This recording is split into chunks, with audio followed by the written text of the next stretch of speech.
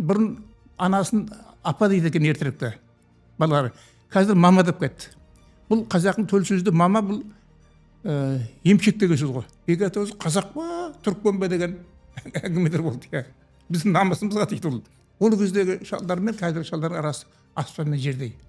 Өзіңіз де білесіз ғой енді. Мен сол шалдардың соңым деп есептеймін өзімді. Былай қарап отырсақ, сізге мына осындай тұлға болуыңызға, мына кітап жазуыңызға әсер еткен Бекет ата десек те болады екен ғой. Қазіргі шалдар саясат айтады, шамасы келмесе де базардағы сауда және бірдеңелерді айтып, бір келеңсіз әңгімелер айтып отырады. Ерлі зайыптыларды бір келісе алмай жүргенде бір өлең сөзбен 3-4 шумақпен айтып сөзге тоқтатқан бір кездеріңізді естіп едім.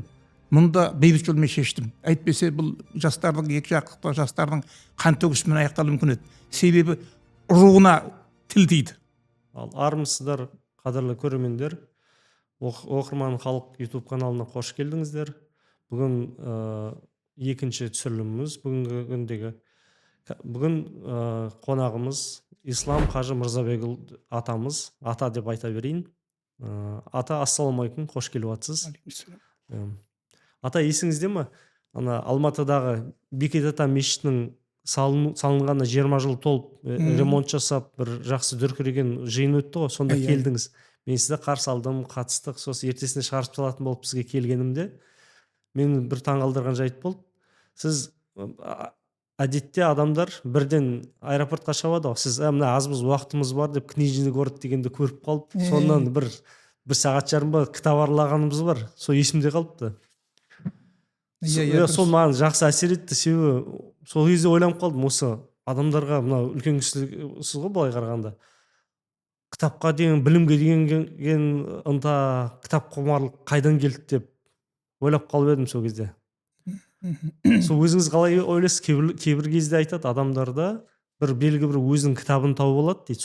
Соның арқасында кітап оқып кетеді дейді. Сізде жалпы кітап құмарлық қайдан пайда болды? Қалай бастадыңыз осы? Мен әкем діни қызметкер болдым, ишан лауазымына. Анам молда кісі болды. Солар бала кезімізден имандылыққа баулыды. Мына пайғамбардың 1001 хадисі бар ғой, соны алып беріп, соны оқып, сонда жазылған, мына Қытайда болса да білім ал деген нұсқау болды. Сосын біз бала кезімізден мектепте мен жақсы оқыдым, өте сабаққа беске оқыдым қай пәнде. Соның әсері болар. Содан біз кітапхана болып кеттік. Бала кезімізде әдеби кітаптар аз болатын. Чапаев туралы бір кітап көрдік, ең алғашқы ес білгені. Сосын батырлар жырын оқыдық, соны дүкеннен сатып алып. Соны әкелерімізге, аналарымызға, үйдің балаларына оқып беретін едім. Соны қызығатын едік. Содан келе-келе Абай романын оқыдық. Ол уақытта Абай жолы емес, Абай романы болып теге шықты. Соның бірінші томы 24 жасқа дейінгі өмірі жай жазылды әлі есімде. Мен сол уақытта 9-шы класс екенмін. Соны оқып, сосын қысқаша шолу жасап, әке шешеме соны айтып бердім. Кісілер діни сауатты, бірақ үкімет оқымаған кісілер ғой енді. Сол кезде сол кісілер 60-ның үстінде кісілер еді. Кино не жоқ қой кезде, телевизор жоқ. Жоқ, телевизор деген жоқ қой. Кино да сирек болатын еді. Сөйтіп біз кітапқа көңіл бөлдік өте. Қиын жағдайда оқыдық. Май шам, жетілік шам болды, 10-лық шам бар үйлерді бай үй деп есептейтін еді. Төледе, жер төледе отырып жатып алып оқимыз шамның жарығымен.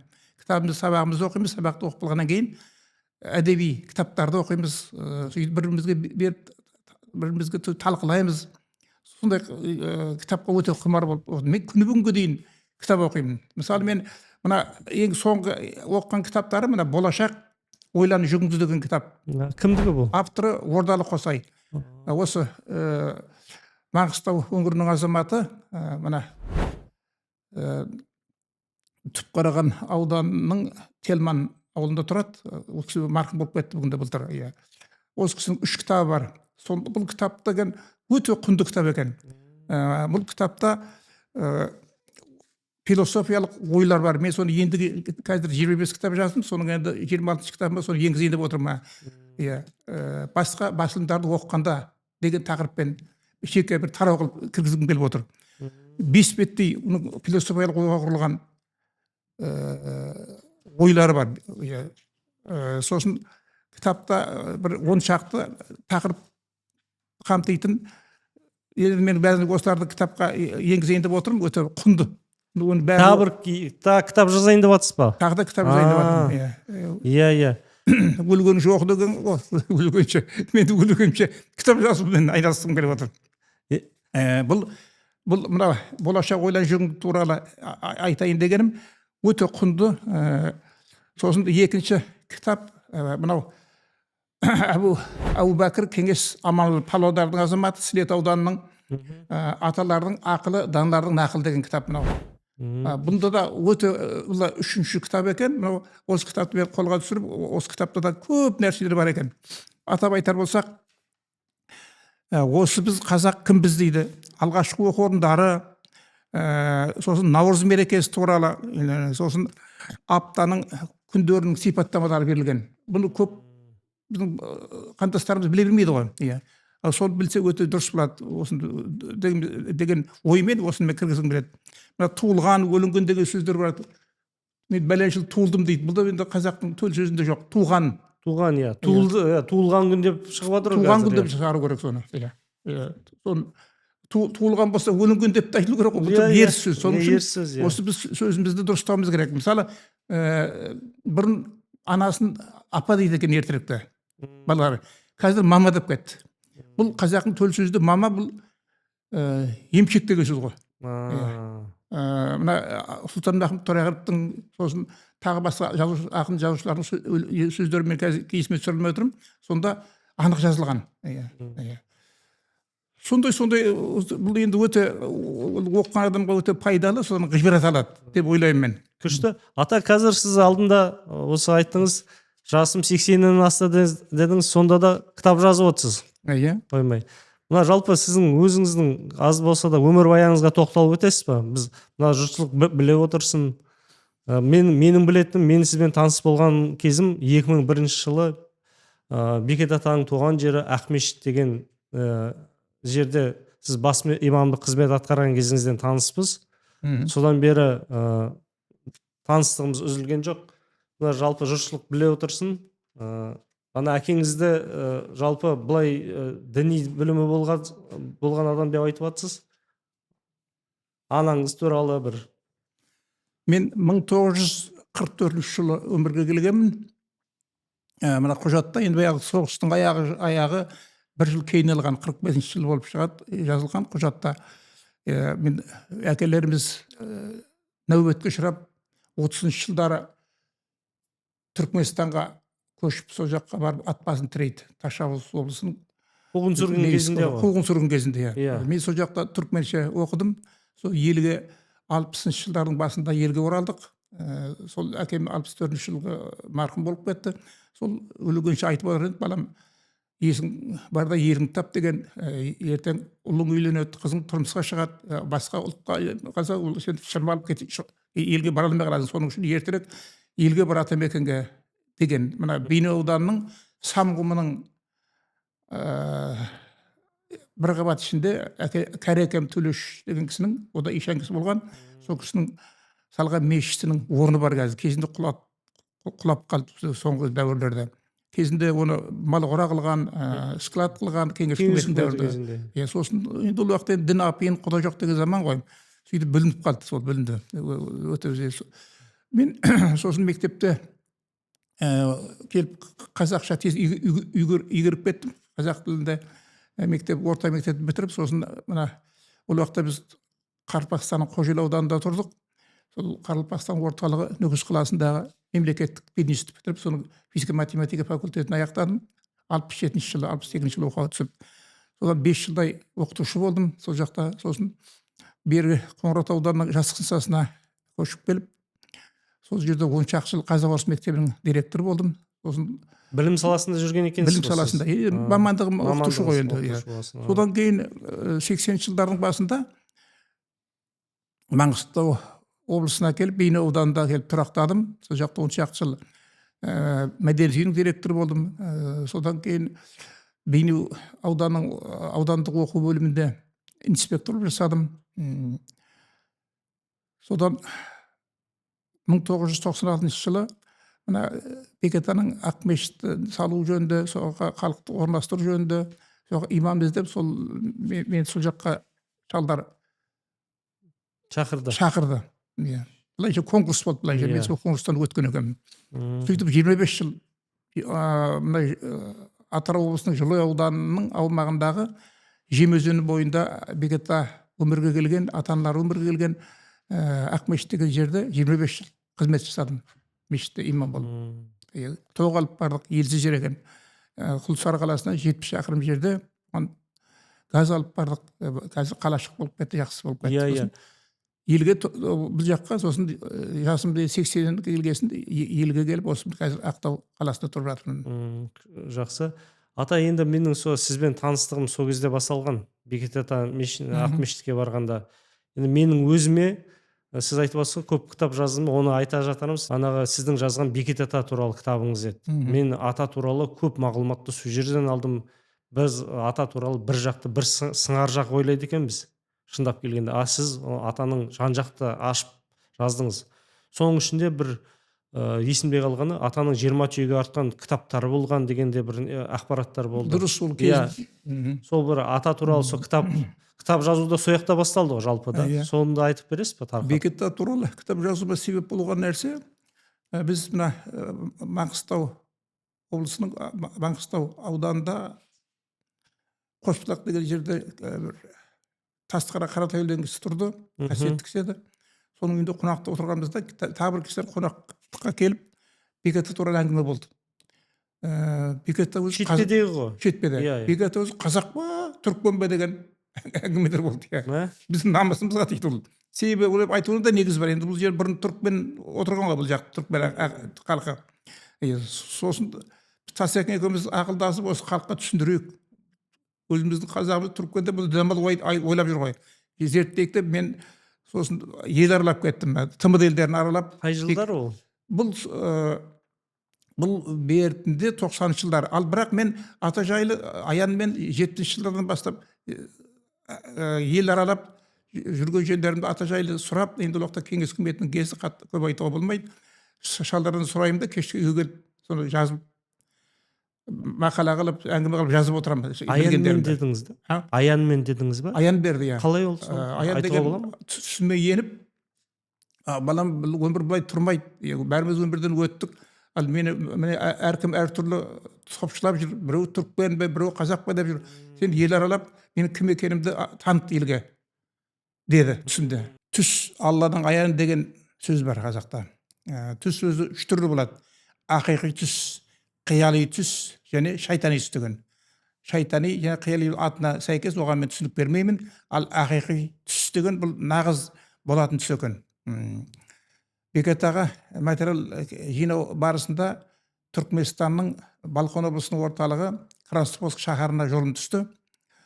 Түн ортасы ауғанда барып бір кісінің үйіне барып қонып, атаға қызмет жасап жүрген адам екен. Мен оны аты жөнін білмеймін. Сол сұрап барып тауып, сол түнде ата түсіме аян берді. Балам деді, менің тұрпатымның тұсында 4 үйімшек бар. Соның 2-і менің тұрпатыма тиіп тұр. Мына Үсенге айт, алса 2-ін алсын деп айтты. Сол таңертең Үсенге тұрпат деген адам қайтыс болғанда жерлеп адам ұзын ұшақ қылып топырақ деді ғой, шамасы 50 сантиметр биікте қылып, одан да жоғарылау көбірек. Сондай шарт түрде жасайды, соны тұрпат деп атайды. Иә, ата түсіме енді мен бас жағымда 4 үйімшек бар. Соның алса 2-ін алсын тұрпатыма тиіп тұр, араласып кетті лас нәрселер. Сосын бетімді елең ете қалды, қарап, қайда білесің, сен бірінші келіп отырмын деп отырсың ғой. Мен айттым, түнде ата аян берді, соны айтып отырмын дедім. Түсімде. Білмеймін, үйімшек бар, бірақ санын білмеймін деді. Сол таңертең барсақ, 4 машина мусор екен. Үйімшекті атаны айтқаны.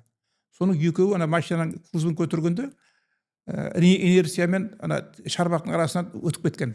2 машина мусор, лас нәрселер. Енді көңіліме келіп қалды, мұны алам бұдызыра келді 4-ін деді. Бұл бір. Сосын екіншіде Бекет ата кітабын шығару қиын болды, бір 90 жылдардың басы бір қиын нәрсе, қиын кез болды ғой. Сонда бір ағайыннан ақша сұрай барғанымда, тұсыңдағы 2 кілемді ақша шағып бер, Сондай берем болмаса бере алмаймын деді. Сосын енді мен тұсындағы келем, қалай берем енді ол ажал айтып келмейді. Енді тағдырыс болса да оралып шығуым керек қой. Үндемей шығып кеттім. Жүріп барғанда бір ру бегей Байрам деген кісі айқайлап тоқтатты. Жаңа осы Лепес қажы сізді іздеп жаңа бір машинамен келді. Соны Самарқанд жағында анау Каттоорған қаласында бір кісі қайтыс болды. Ру табын түгел деген шығар деймін. Сол кісі жаназасына келсін деп айтты. Сосын кетіп түнгі 3-те барып ойланып жаттым. Түнде Райпо деген кісінің үйіне қондық. Райпо районный потребительское общество, соны қысартылып айтқан ғой, қазақтың ат қояды, ұмытылмайды соның үшін. Содан түнде тұрмай кітапты бірінші күнге дейін ақша жоқ, қалайға шығарсам екен, атаның кітап шықпай қалатын болды ғой деп көңілім босап жылап жаттым түнімен. Сосын ата түсіме енді, балам қысылма, осы кісінің жаназасын өзің оқисың, соны ысқатына берген малды ақшаға айналдыр, кітабың 2 айда шығып кетеді деді. Соны қуанып таңертең жаңағы Лепес қажыма айтайын дедім, айтпадым. Бұл ақиқи түс болса, бұл шын болар, мен күтейін еді болса, айтсам сұрап алғандай боларым дедім. Сосын 30 шақты кісі молда болды, енді ол Өзбекстан молдасы көп жүр ғой. Тұрмыз, кімге шығатын белгісіз, бір уақытта сол жаназасын, осы кісінің жаназасын оқыды, ислам молдадан өтініш жасаймыз деді. Сосын мен оқып кеттім, бір таяу көз бер. Соны енді мен ақша малдап жүре алмаймын ғой, ақшаға айналдырып берді. Жарты қапша сом, өзбектің сом ақшасы болды. Сөйтіп бірінші күні барып өткізіп ақша кітап шығып кетті 2 айдың ішінде. 1000 дана қылып шығардым. 500-ін ана құрыққа жібердім. Икайып Моңғолбай деген кісі ол кезде әкім еді, қазір марқұм болып кетті. Сол кісінің атына басқа адам танымаймын ол кезде. Халыққа тегін таратсын ақшасыз деп. Сосын 500 кітапты сол Гагарин қаласында, Мырзашөл ауданының орталығы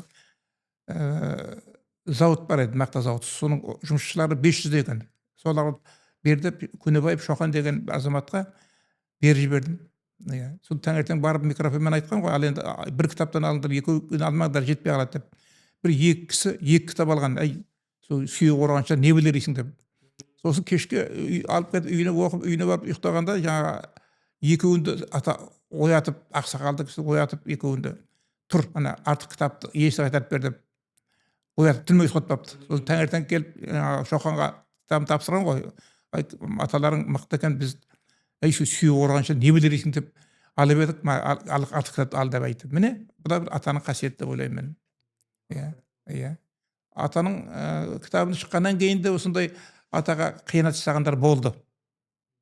Кітапты өткізіп әкеліп берем деп, көп 100-деп, 200-деп кітап алып, соны өзіне сіңіріп жібергендер болды, бірақ одан олар пайда таппады, үшеуі де дүниелік болып кетті. Ал сосын тағы бір нені айтайын, бір кітапты орыс тіліне аудардық қой.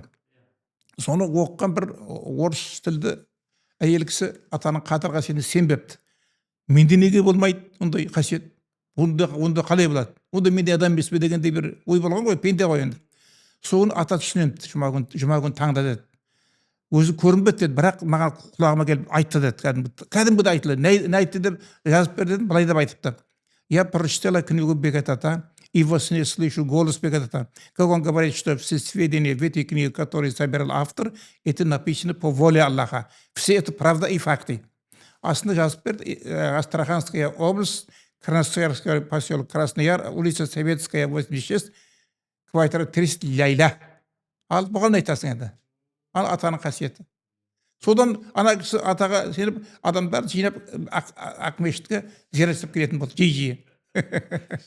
Бекетаның өзі де аян беріп айтты ғой. Айналайын, мен тарихта қалуым керек. Мен өзің айтқан біреу түрікмен, қазақ па деген тасқараңда әңгіме болды ғой енді. Дүдем бала ойлар айтты, шалдар келген елдер. Сосын біз оны кім екенін таныту үшін ел аралап ата жайлы материал жинауға шықтық. Себеп болды дәрі сол. Сөйтіп кітап шығып кетті. Сөйтіп ел аралап ата жайлы материал жинап, мен бір емес 5 кітап жаздым. Сосын тағы да Аманбай ата туралы, о да бір қасиетті кісі болған, 2 кітап жаздым. Міне сол кітаптарды жазғанына мен қуанамын. Егер қазір жазар болсам, 1 кітапта жаза алмас едім. Себебі ол кездегі шалдар мен қазіргі шалдардың арасы аспан мен жердей. Шының сөзіңіз шын. Мен сол шалдардың соңым деп есептеймін өзімді. Қазіргі шалдардың айтатын ештеңесі жоқ. Қазіргі шалдар саясат айтады. Саясат айтады, шамасы келмесе де базардағы сауда және бірдеңелерді айтып, бір келеңсіз әңгімелер айтып отырады. Ол уақыттағы шалдар ғибратты әңгімелер айтатын еді. Соны ұйып тыңдап отыратын едік. Сол атаның бана Бекет атаның аз да болса да мағлұмат беріп кетесіз ғой енді өмірбаяны туралы. Ол кісі де Бекет мысалға ата- Хиуада білім алған адам ғой. Иә, 7 Ағартушылықпен айналысқан, кітап оқытқан, бала оқытқан. 7 жыл Хиуада оқыған, Шерғазхан медресесінде мен жыларлатып барып тұрамын. Былтыр да барып келдім. Бекет атаның кітабын біз орыс тіліне, қазақ, ағылшын тіліне аудардық. Қазір түрік тіліне аударылып жатыр қазір. Сосын атаның негізгі асасының копиясын жасатып, соны енді болашақта соны апарып Хиуаға тапсырып өткім келіп отыр. Ата медресесінде бір бөлме Асатаяғын ажыратып, атаның. Асатаяғының көшірмесі бар менде болашақта. Сөйтіп халыққа енді атаны танытуды біз мақсат деп білдік. Сосын мен осы мына батыс облыстарына атап айтқанда Ақтөбе, Атырау, осы Ақтау, мына Маңғыстау облысы, Орал, батыс Қазақстан облыстарын аралап, қасыма немерелерімді ертіп, ата жайлы жазылған ақындардың өлеңдерінен шумақтар оқып, сосын ата жайлы айтылған сөздер, афоризм сөздері бар, ғұламалардың айтқандары бар. Соларды халықтың ішінде сол немерелерім айтып жүрді, кәдімгі скетч ретінде, әдеби оқу ретінде. Сосын мен баяндама жасап жүрдім. Сөйтіп біз халыққа таныттық батыс өңіріне. Кітаптар шығардық, әлденеше рет. Айтып отырмын ғой, 5 кітап шығардық деп, иә. Банағы мешіт салған деп те айтады ғой, 4 жерде мешіт салған. Айтады, иә, ол алғашқы оқып бітіріп келгеннен кейін атайды 1750-1813 жылдар аралығында өмір сүрген. Ал алдыңғы бір дерек бойынша бір қателік кеткен, 100 жыл ары жазып кеткен, 1650-1713 жыл деп, иә. Бұл ойланбай жаза салған екен шежіре. Мен оны дүзеттім, айттым, түсіндірдім. Ата жайлы 15-ке жақын факты бұлтартпас дәлел келтіріп газетке жаздым. Сосын ешқандай да дау болмады дәлелдегеннен кейін. Сөйтіп оны біз анау Оғландыдағы атаның жатқан жеріндегі құлыптасын өзгерттік 1750-1813 жыл. Міне биыл сол кісінің туғанына 275 жыл толып, сол аталып өтті жылы бойы. Соны алғашқы 21 қаңтарда жазылған екен 2000 жылғы календарда. Сол есеп бойынша сол мен 1 сағат жақын Марат Сибасов деген бір бауырымыз екеуміз не өткіздік, көрсетілім халық арасында атаны насихаттап әңгіме айттық. Атаның туғанына 275 жыл толуына орай. Сосын 26 желтоқсан күні ең соңғы әдеби кеш өткізіп, сонымен ата жайлы көрсетілімдерді сонымен аяқтадық. Оған мектеп оқушылары, үлкен кісілер қатысты. Өте күшті өтті, жақсы өтті. Мына сол атадан қалған кітаптар табылмады да, мен түсінсем. Енді ол кітаптар бір қара неменен матамен қапталған Құран, осы жаңа өсінде тұратын бір ағайындарда көрдім. Сол атадан қалған дейді, білініп қалған, одан бері бәленбай жыл болды ғой енді. Солар бар, басқа қазір. Сосын мына Түркістан облысының Жетісай қаласында Көбен ағамыздың үйінде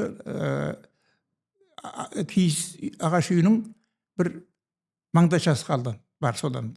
Ескі, сол сақтаулы тұр. Жәдігерлер, иә. Сосын Аполло станциясында телевизордан көрдік, бір шапанның қалдығы нұсқасы. Онда көрдік сондайлар. Енді олар сол үйлерде тұр, енді олар өздері. Сосын атаның асасы екібастан мына Батыр поселкесінде тұратын бір Бертхан деген ініміздің үйінде сақтаулы тұр. Мәңгі. Сол маған сол қызық жағы сол болып тұр да. Ата айтқанда біздер тек әулие қасиетті адам дейміз де, ол бала оқытқанда 4 жерде мешітіне барып жиналып, сол айналада балдарға ағартушылықпен айналысқан.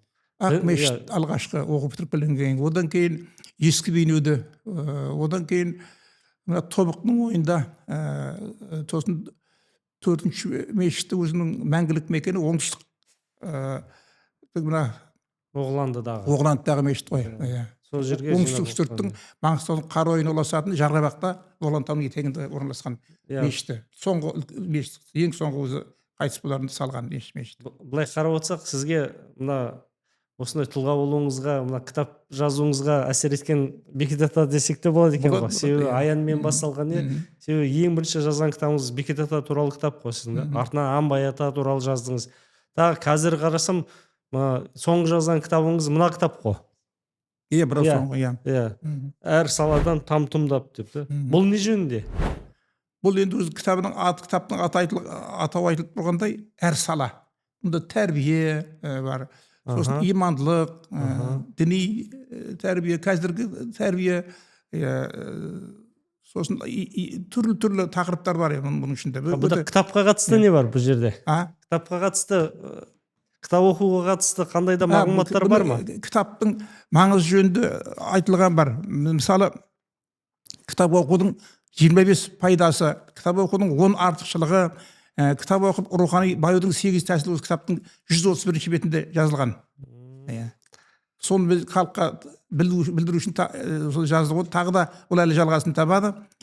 Сосын да кітап сүйіп оқу жөнінде ғұламалардың сөздері бар осының ішінде. Мысалы, Гладков деген кісі кітап сүйіңдір, оны баға жетпес тарту ретінде қабылдаңдар деген сөз бар екен. Сосын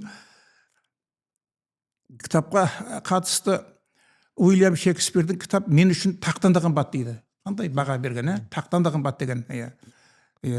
Сосын Бродскийдің сөзі бар, егер адам кітап оқымаса дейді, бұл оның жеке трагедиясы, ал халық оқымаса, ол ұлттың трагедиясы бізған. Қандай мағыналы сөздер. Мына Бродскийдің айтқаны дөп тиіп отыр. Біздер осыған дейін бір подкаст түсіргенбіз, Дермене деген ауылда. Соңында бір статистика бергенбіз. Қазақстан халқы 3 кітапқа да жетпейтін кітап оқиды екен жылына. Жылына кітап оқуға не бар 65 сағат жұмсайды екен. Біздің алдымызда Орта Азия елдері біздің алдымызда екен. Соған қарағанда біздер белгілі бір трагедияның алдында тұр екенбіз ғой, кітап оқымаймыз, білімге құштарлығымыз төмен. Соның ішінде маған бір ұнағаны, өзім естімеппін, білмеппін, кітап оқысаңыз өміріңізді 2 жылға ұзартады деген. Дұрыс. Мен соны айтып насихаттап жүрген жерлерінде. Кітап оқыңдар, ағайындарды. Тағы бір Альцгеймер ауруына алдын алады деп жазып қойыпсыз. Мен әдейі жаздым. Бұл тағы да материалдар іздеп, тағы да келесі кітапқа, тағы да кітапқа қатысты жазып отырып, тіпті мына Абар халқының ақыны Расул Қамсатың да сөзі бар. Егер дейді, өзін тану үшін дейді, кітапты оқы дейді. Өзгені тану үшін де кітап оқу керек дейді. Адамның ой өрісін, дүние танымын кеңейтетін болып тұр ғой. Міне, кітаптың пайдасы өте көп, жаңа айтып өттім ғой. Міне, кітапқа байланысты мемлекетімізде көңіл бөліп жатыр. Мысалы, 14 ақпанды халықаралық кітап сыйлау күні деп белгілеген. 23 сәуірді халықаралық кітап күні деп, 3 мамырды дүниежүзіндегі кітап және авторлық құқық күні, ЮНЕСКО-ның несі бойынша, бұйрығы бойынша. Сосын 24 қазан кітапханашылар күні. Міне бұл кітапқа үкіметіміздің кітап оқуға назар аударуының, соны насихаттауының бұл алғышарттары деп айтуға болады. Мен сол кітапы оқып көп нәрселерді үйрендім. Мысалы, Сократ гректің үлкен ғұламасы ғой, ертерек қайтыс болған, дінге қарсы әңгіме айтқан үшін бұл дарға асылған екен кезінде. Сократ. Сол Сократқа бір мысал айтайын, бір таңнан келіп есік қағады қақпасында. Не жайша ма? Ой, тіпті шыдамайды жаңағы кісі. Білесің бе сен туралы бәленшең не деп айтқанын деп бастайды. Тұра тұр деп отырып, кішкене демал. Ол жөнді айтатын әңгімен өзден естісің бе жоқ болжау ма депті. Мен біреуден естідім депті. Мұны әуел електі өткізіп алайық. Демек, сен оны естіген болсаң, ол рас па, өтірік па, ол белгісіз болып тұр. Жақсы. Ал маған пайдасы бар ма деп айтатын сөзің. Ондай пайдасы жоқ депті. Ал адамгершілікке салайық. Сен соны айтып, маған не бұл қандай маған соның әсері болады маған. Ешқандай да. Сонда онда несіне келдің деп айттырмай қайта жіберді дейді. Міне бұл өсекшілерге, жалақор, пәлеқорларға бұл тоқтау салуға септігін тиетін деп ойлаймын. Ата, осындай сіздің осы өнегелі әңгімелеріңіз жақсы, осындай. Тағы да бір күн айтып бола ма? Айтып беріңізші, осындай әңгімелеріңіз. Міне өзіміздің мысалы, ұлы Абайдың әкесі Құнанбай ас береді. Ас бергенде кідірте тұрады асты. Неге кідіртің дегенде, құдан береді Алшынбай деген сол кісі келмей тұрсын күткім келеді. Егер ол келмесе, ертең ол мен ат құйрығын кеседі деп айтады. Тентекті кісі болды шамасы. Ол бір кісіге бола, көп кісіне ірку болмас. Халық жарық көзінде қырасып қалсын, еліне барсын деп бір кісі мойын алады, мен жауабын берем деп. Содан ас тарқайды, сосын кешке кішібесінде сағасы 3-4 айласында ма анау Алшынбай келе жатады. Ол уақыттың тәртібі бойынша қазіргідей үйге жақындап келмейді. Машинаны қазір жарға соғып жібере салып шаңытып келеді ғой. 200-300 метр жерге керіп қояды екен. Арқан әлде сым. Сөйтіп байлап жаяу кету керек тәртіп бойынша. Сол жақындай бергенде төңкеріліп қазан табақтарды көріп, мына Құнанбай мен күтпей ас тарқатып жіберген деп кейін қайтып кетіп барады. Мінезі қараңыз. Содан Құнекең керегенің көзінен жаздың Құнекең қарап, ал енді мына айттым, ал енді өзің сөйлеспесең, бұл енді мен ат құрын кесет осымен кеткен. Кейбірсін киінбестен жалаңаяқ жүгіреді жаңағы мойнына алған кісі. Банағы кісі. Иә. Барып Алшеке бір ауыз сөзін бар, Алшынбай деген кісі екен Құдасының аты. Бір ауыз сөзін бар, тыңдап кет, бір ауыз сөзін бар деп. Ана кісі атқа мініп үлгереді, бұл аттың шылбырын ұстап үлгереді. Былай депті: Құнекеңде емес Алшеке кінә көпте, көпке кінә артқаның өзіңе еппе. Осындай кер мінездің кесірінен елдің талай ерлері кеткен шетке, ал өзің біл деп жібін босатып жіберген екен. Опырмай, менікі дұрыс емес екен деп кешірім сұрап түсіп аттан қонаға шабаттан дейді. Сөзге тоқтайтын заман. Қазақ бір ауыз сөзге тоқтаған. Қазір кашем шешіп төбелеске шақырады қазір. Сөзге тоқтамайды. Бұл тәрбиенің осалдығынан деп ойлаймын мен. Енді сондай тәрбие осал тәрбие алған баланың тәрбие алса, енді оның баласы сондай осал тәрбие алды. Қазір көбейіп кетті ғой, тәртіпсіздік ел жайлап кетті. Ол уақыттарда мына ат жалын тартып мінген балаларды ғұламалардың үйленіп жібереді екен, барып әдеп, тәрбие үйрен, еңбек ет, батасын алып кел, соған дейін сояқта бол деп жібереді екен. Сондай бір 4 баланы жіберсе, 2-3 айдан кейін ғұлама риза болып балдарға жинап алып, мен балдарым сіздерге риза болдым. Ал бата берем, бірақ батаның алдында бір сұрағым бар. Жасыңызға қарай соған жауап беріңдер, және қазақ әр сөзі өлең болып құйылатын ақын жанды халық қой. Бір шумақ өлең қылып айтсаңдар да жақсы болар еді депті, бағыт берген. Үлкеннен кішіңе қарай деп, жасыңа қарай бер деп. Содан үлкен былай дейді. Сондағы тақырыбы, сұрағы: баланың жақсы болмағы неден? Үлкен 14 жастағы бала екен, баланың жақсы болмағы әкесінен, ешкінің қасиеттілігі тегесінен депті. Ұқсап тұр ғой. Бірінші бала. Бәрекелді деп. Екінші балаға айтты дейді: ал сен айтасың да, меніңше баланың жақсы болмағы анасынан, өзеннің суының тазалығы сағасынан деп айтты дейді. Ой, бәрекелді. Ал үшінші бала не айтасың дегенде, меніңше депті, баланың жақсы болмағы нағашыдан, сарайдың мықтылы ағашынан. Төртінші балаға кезек келгенде, баланың жақсы болмағы туысқаннан, ердің мықтылы құйысқаннан деп айтты. Төртеуіңде де риза болдым деп батасын берген екен. Балалар өсе келе бата дарып, төртеуі 4 ауылы елге, 4 руліге би болды дейді. Міне батаның дейді. Бата алған армас, бата сол жармас дейді. Бата алғаның бағы бар дейді. Жауын менен жер көрер, бата менен ер көрер деп бабаларымыз тектендек айтпаған. Енді тағы бір 2 баланы жіберсе, ақсақал балаларына ашуланып, ашулы үйде отыр екен. Ай, балдар жай жүрсіңдер ме? Сізді баталайық деп келдік депті. Ай, мына келін баламен бір нәрсеге бола керіс көңілмен шығып қой отыр. Мен не бата сұрайсыз, қайта беріңдер, Алла, биден батам жоқ депті ашуланып. Сосын қасында бала жүре берейік десе, ана бірінші бала жоқ, бір ауыз сөз тыңдамай кетпеймін депті. Сөйтіп қалады. Ертеңіне тағы да келіп, қонақ үйден таңертең келіп сәлем береді ақсақалға. Амансыңдар балалар, үндемейді. Отырып үндемеген шығып кетеді. Үшінші күн тағы келеді, кетпейді енді. Ай, балдар, мен алдың күн айтып едім осыларға. Жүре беріңдер деп, жоқ, бір ауыз сөз тыңдамай кетпейміз депті. Жақсы депті. Сөйлем емес, бір ауыз сөз айтам, соған риза боласың ба деп айтты. Болам. Онда қолың жай дегенде әкім, әкім, әмин деп қол сипады, бет сипады. Сосын бала қуанып алып келген жорғаны сыйға тартты, ұқалы шапанды жапты, сөйтіп жолға шығып кетті дейді бадалып. Бала шыққасын қасындағы бала күңкілдепті. Бір ауыз сөз үшін бұл сөйлеу емес, жұрт көбірек айтады деді, батаны мұны. Бата бола ма? Көңіліне жетпей қалған ғой. Көңілі торына қатты ғой. Ай, депті жаңағы қасындағы бала, бірінші бала. Бұл маған өмірлік азық болатын сөз айтты депті. Әкімі бұл әр ненің басы, әрбір сөйлемнің. Болашақта ел ішінде жүресің, ақыл парасатты боласың, сонда түрлі жағдайлар болады, би боларсың, батыр боларсың, сонда мәселені әділ шеш деп айтты. Енді ке ғой, кішпейлі бол депті. Жаңа жегенің, не дейді, қазақ айтады ғой, ішкенің мінезің жатық болады, ішкенің қатық болса деген сөз бар ғой енді. Иә, мінез адамды кішіпейілдік болу Сол керек. жетпей жатыр Иә. кішіпейілдік. Ілтипатты бол деп айтты. Мінез, Иә. Абай айтты ғой, адамның мінезін өзгертіп болмаймын деген адамның тілін кесерем деген Абай хакімнің сөзі бар. Иә. Міне осы жатқанда мен соны үйлестіре аламын ба, үйлестіре алмаймын ба, соған ойланып кетер деп айтты жаңа бірінші бала. Осыны үйлестіретін болсам, мен мақсатыма жеткен болды деп айтты. Сол бала болашақта елдің ақсақалы болды, биі болды, мәселелерді жаңағы шалдың айтқандай қылып әділ шешті дейді. Әділ шешті, кішіпейілдікпен шешті, мінезбен шешті, ілтипатты болды халыққа дейді. Атақ шығып кетті. Міне батаның шарапатымен. Иә. Осындай бір Бекет атаға да қарт нағашысын беретін бір батасы бар ғой. Есет батырдың сондай бір оқиға. Ауылынан дүбір кетпесін деп басталатын батасы бар. Құлағына сыбыр кетпесін деп. Құлағына сыбыр кетпесін, еліңе, халқыңа қадірлі боларсың деген батасы бар, болған бата.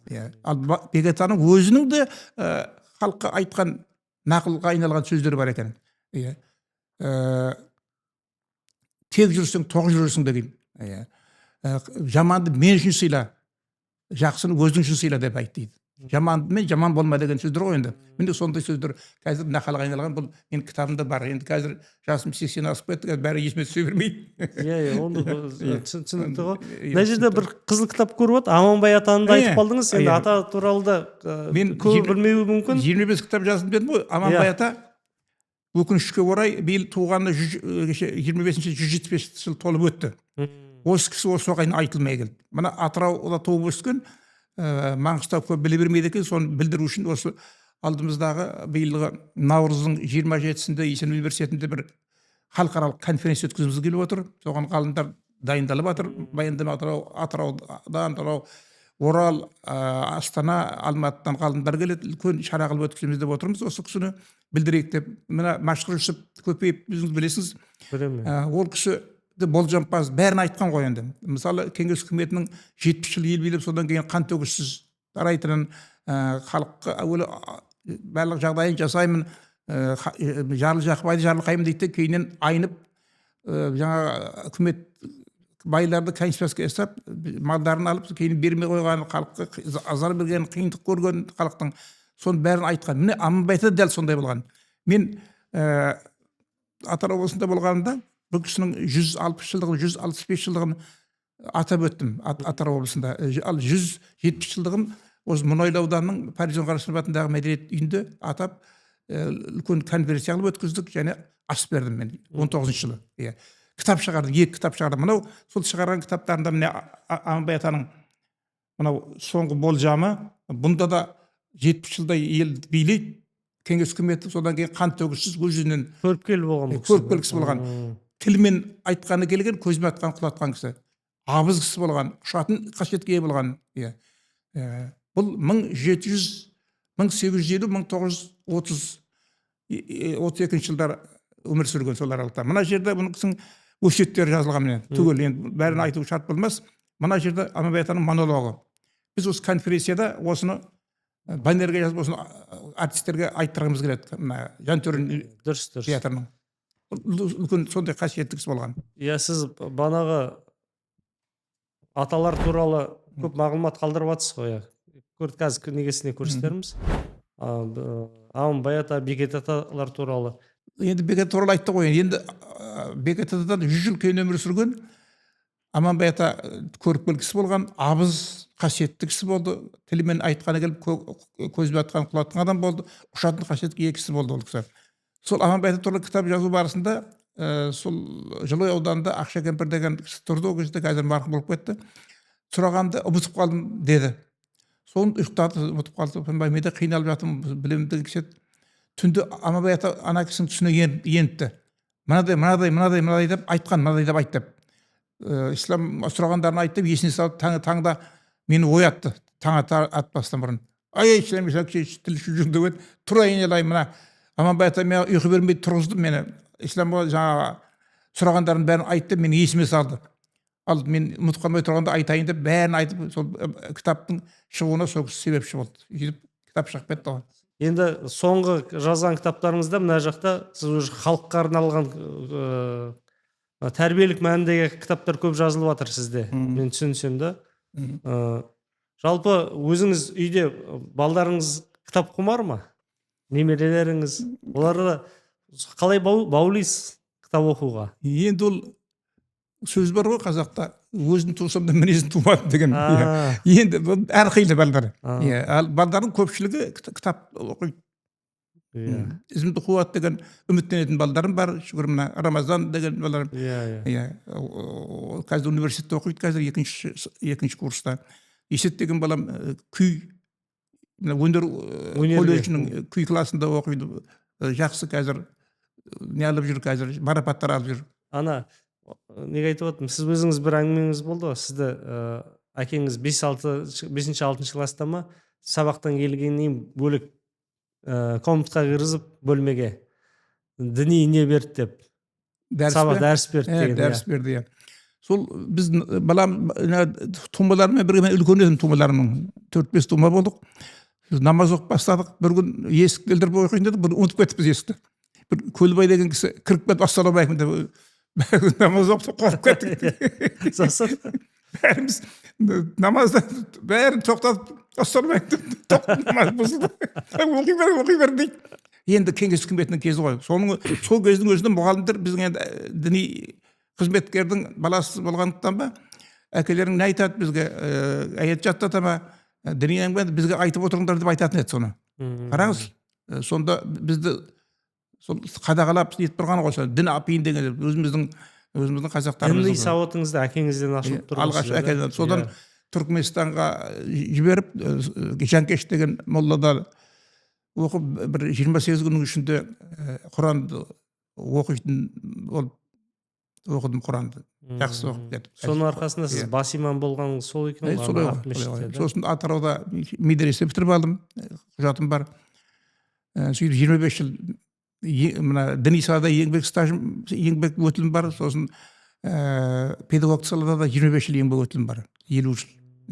Ағартушылықпен айналыстым. Өмір солай өтті енді. Енді қазір қандай кітап жазып жатсыз? Енді кітап мынау әр жағдан тамтын кітап, бұл бірінші кітап. Осының жалғасын жазып жатырмын. Материалдарын дайындап отырмын. Алла қаласа жылдың аяғында я келесі жылдың басында жарыққа шығарамын деген ойым бар. Бұл да энциклопедия сияқты кітап да, мен түсінсем, ақпараттық па? Бұл әр сала. Әр түрлі.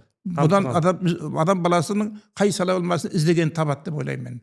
Ал жалпы өзіңіздің көңіліңізде бір кезінде бала күніңізде ма, бертін келе бір оқыған бір кітабыңыз бар ма, есіңізде бір қалып қойған?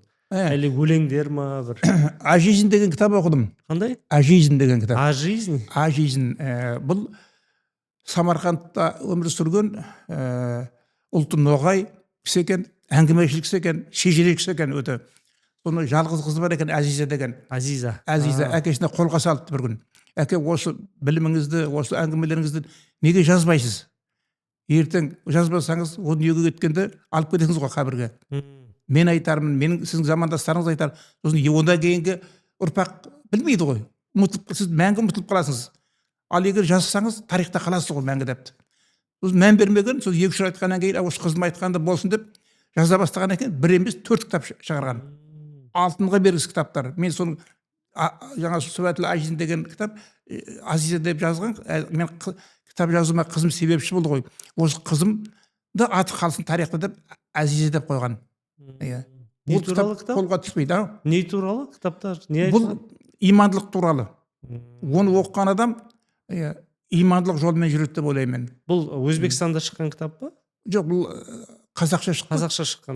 Азиза деген. Шымкенттің баспасынан шығарған екен. Осы кітапты мен ойым бір пенсиямнан ақша табылса шығарғым келеді, халыққа таратқым келеді. Әр кітапханаларға бергім келеді. Қазір мына осы шығарған 25 кітапты кітапханаларға тапсырып жатырмын. Биыл 100.000 теңгеге газетшілерге жазылдым. Мен кітапсыз, газетсіз отыра алмаймын. Ақпаратсыз отыра алмайсыз? Ақпаратсыз отыра алмаймын. Өзімнің жеке бөлмемде өзімнің телевизорым бар, соны тек жаңалық қараймын, ал басқа кино біреулерге көп мен көңіл аудармаймын. Себебі уақыт шектеулі, өмір қысқа ғой енді. дұрыс 5 күндік жалған ішінде екен, сол жазып қалайын білгенді халыққа беріп кетейін деген ниет менікі. Сосын елдің торқалты топыратылымына қатысамын. Арасында бір Алланың бергені шығар, ода бір емшілікпен айналысамын. Ана бір әңгімеңіз есімде, сіздің тағы бір қасиетіңіз осы ерлі зайыптыларды бір келісе алмай жүргенде бір өлең сөзбен 3-4 шумақпен айтып сөзге тоқтатқан бір кездеріңізді естіп едім. Ана ер мен әйел келісе алмай жүрген кездерде татуластырушы барып бітімгерлік жасатып өлең айтып па сөзбен ба тоқтатып семьясын Бұл қайта менің қосқан. әкемнен алған тағылымым. Қайдан? Әкемнен. Әкем сондай сотқа жеткізбей, сондай дауласу болады ғой, елші болғасын. Соларды шешіп, соларды татуластырған жағдайлар болды. Мен соны көбін бірге жүрдім, әкем қасына алып жүретін деді. Балам, ертең өмір бір қалыпта тұрмайды. Менің басыма келеді, сенің де басына келеді. Өгіздің басына түскен, баспақтың басына түседі деген сөз бар халықта. Содан үйренгенім, мен де сол күні бүгінге дейін сондай ел ішінде дау-дамайларды шешуге атсалысам. Осы екі мысал айтайын. Былтыр осы қалада үлкен бір дау болды. Соны енді облыс прокуратурасы араласты. Соған барып, мен де барып, соны өзім немді айтып, сөздерімді айтып, соған атсалыстым. Сосын бір ұру арасында бір нелер болды, бір келіспеушіліктер. Мұнда бейбіт жолмен шештім. Әйтпесе бұл жастардың, екі жақтағы жастардың қан төгісімен аяқталуы мүмкін еді. Себебі руына тіл тиді. Дұрыс емес қой енді. Арақ ішкен бе, білмеймін, наша тартқан ба. Мені үлкен бір кемшілік болды. Мен осындай жұмыстармен айналысам. Бұл бұрынғы қазақтың салты ғой енді жалпы. Бұл қазақтың салты, иә. Солай да, шешу, қазіргі медиация дейді, сондай заттар ғой. Мына осы Жұмалиев екен, автор Адай билер айтқан деген өте бір тамаша жазылған кітап бар. Сонда осы Маңғыстау халқында болған оқиғаларды, сондай дау-дамайлар, солар шешендік өнерлер үйрену. Мұнда мен оқуды үйренгенді жақсы көремін. Әдеби кітаптарды көп оқығанды дұрыс көрдім. Бірақ өкінішке орай кітап оқымайды. Мен бір мысал айтайын. Бір енді кітабыма енгізем, біздің бір дәстүрімізде балалар тынышталсын деп қолына ұялы телефон беріп қоямыз. Компьютерді қосып қоямыз. Сондай бір балаға қосып қойған екен, бір жарты жылдың ішінде баланың миы ісіп кетіп, содан бала шетінеп қалған жағдайлар болды. Сосын тағы бір айфонмен айналысып, соны 7-8 ай сонымен шұғылданып, ол балада ауырып әсіреседі ғой енді, мәгейтік толық өтеді, әсіреседі содан.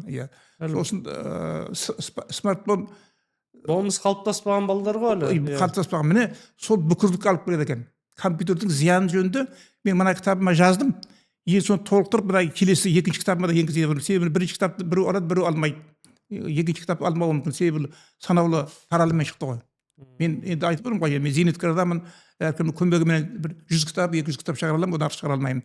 Бәлемнің халыққа енді 20 миллион халық бар, кәне бәріне берер едім, 20 миллион кітап шығара алсам. Ол болашақта анандай ұрпағыңыз бір интернеттен сайт жасап, сол жерге кітаптарыңыз құйылып, сол жерден енді интернет арқылы сатып алуға болады. Мүмкін болашақтың еншісінде олар сол кітаптарыңызды шығарып, сайт арқылы сатыла жатар деп ойлаймын мен. Мен кітап сату ниетінде емеспін. Жоқ, пайда үшін емес, адамдар оқу үшін де жасалуға болады шығар болашақта. Тағы бір қырыңыз осы кітап оқумен келген шығар, сіз бір поэзияға құмарсыз.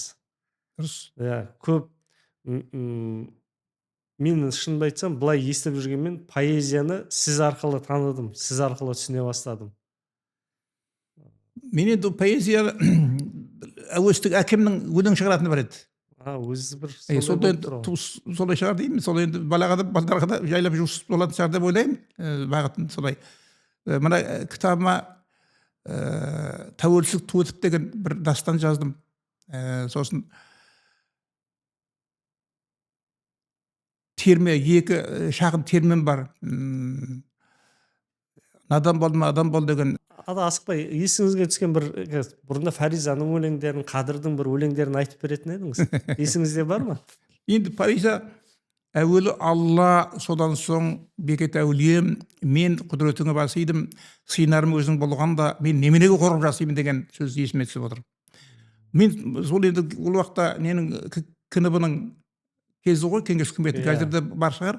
Сол түпнұсқада солай жазылған ана кісінің қалай өтіп кеткенін, әлгі атаның қасиеті ме, ол ондай сөздерді ол уақытта өткізбейді ғой. Тапқа шыққан екен. Мен түпнұсқасында көрдім, ұмытпасам 86 шыққан кітапта шығар деймін. Иә. Ол мен де сүйікті ақыным Паризон Қарсымыз. Қазір Мырзағалиевті сүйіп оқимын. Өте жақсы жазылған.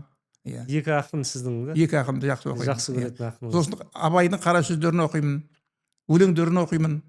Үшеуі менің осы өлең жазуыма, жалпы поэзияға мен себепші болған деп ойлаймын. Төрттіктер, егіз шумақтар, сол енді болашақта уақытым болып жатса, Алла Тағала ажалға сары берсе, соны жеке өлеңдерімді жеке бір кітап қылып шығарсам деп ойлаймын өзімді. Қазір әр кітапта шашылып жүр. Жаңа 25 кітаптың ішінде әр жерде. Арнаулар бар әртүрлі. Біріктіріп бірден шығарғыңыз келеді ойыңызда. Сосын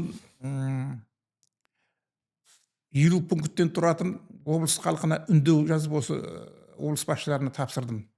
Не туралы? Бұл барлық өмірде болатын жағдайлар. Мысалы, той өткізу. Тойды өткізгенде бізде 5-6 сағатта кетеді, 4-5 сағатта кетеді. Және уақытында басталмайды. Бұл уақыттың шығаны, уақыты сұрап болады. Біздің халқы білмейді, неғып түсінбейін. Бір ешкісі лағы жоғалса, іздеп шыр-шыр болады. Оған, ал егер тойға шақырсаң, ешқандай да оған қиналмай 2-3 сағаттан кейін барады. Уақытты. Өзінде уақытын өндемейді, басқанда уақытын сыйламайды. Мен анау Тәжікстан президенті Имамалы Рахмоновтың жазбасын оқыдым, бұйрығын. Сенбі жексенбі күні өтсін той, 3 сағаттан артпасын, 3 тамақтан артық берілмесін деген. Ал бізде 4-5 тамақ бір ысырап болады. Мұны ертең сұрау бар ғой. Қанша қиыншылық барады. Мына Ордалы Қосайдың кітабында мейрамхананы дұрыс деп есептемеген. Үйдің ауласын өткізу керек тойды, шағын қылып шақыру керек. Не бар, 300-400 адам шақырып не керегі бар деп.